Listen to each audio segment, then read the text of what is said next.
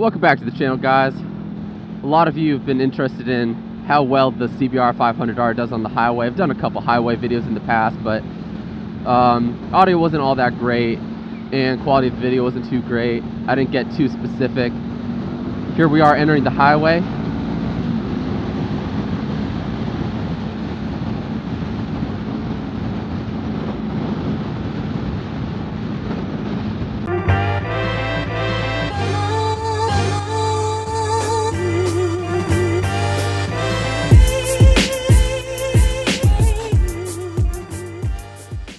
So one of the questions people had about the bike when you're on the highway was what gears you'd need to be in the kind of passing power you'd have up there.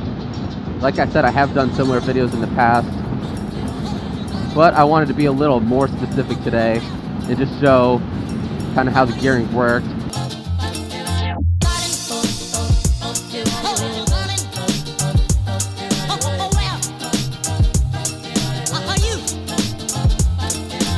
So that's a pull from 6th gear, full pull. And then let's say you got to pass them down to 5th gear. 4th gear. 5th gear. This is a full pull, by the way.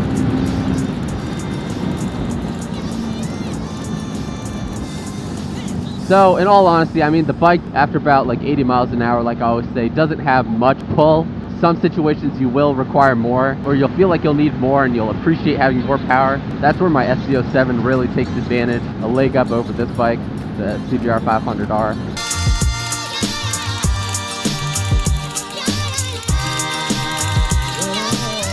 If you're doing a lot of higher speed riding, commuting on highways, you'll definitely appreciate the additional power that the SC07 offers here. But from what I can tell so far still, the CBR500R still does an excellent job in terms of fuel economy at these speeds.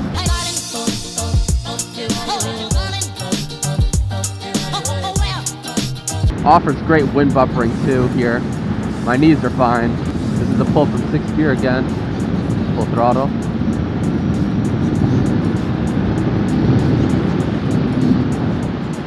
But a big question a lot of people have is how well the bike performs on the highway. Whoa, oh, I thought that was a deer. That's just a piece of paper. I'm like, that's a weird shaped deer. And then 5th gear, 4th gear, pull, full throttle.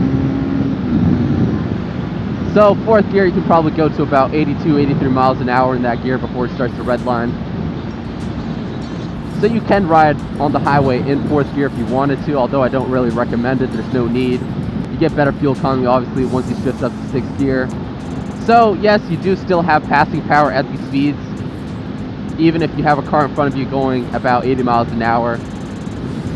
If you do have a car going, I'd say maybe copper, going about 90 miles an hour, say you're in a faster state like I guess California, that's where this bike is not going to feel as comfortable up at those speeds. Not that the bike is shaky or anything, it's just the lack of passing power up there. If you're trying to pass going at 90, you can drop down to 5th gear. You can't drop down to 4th gear. 5th gear is going to redline about 100, maybe 102 or something. And then 6th gear is just up there for fuel economy. This bike is still a fantastic commuter. However, like I've talked about before, I do think the throne of best value commuter, most comfortable commuter, goes to the SC07 because it is more capable at the higher speeds compared to this. I still think that the CBR500R is the best beginner or starter bike to learn on, and a bike that you can keep for a while, and I'll do that actually in the next video. But anyways, guys, hopefully this video was helpful, especially if you're considering getting this bike. If you're interested in getting perhaps this bike or the SC07, I've done a ton of videos on that so far. I probably have around 2 or 3. But anyways, guys, until next time.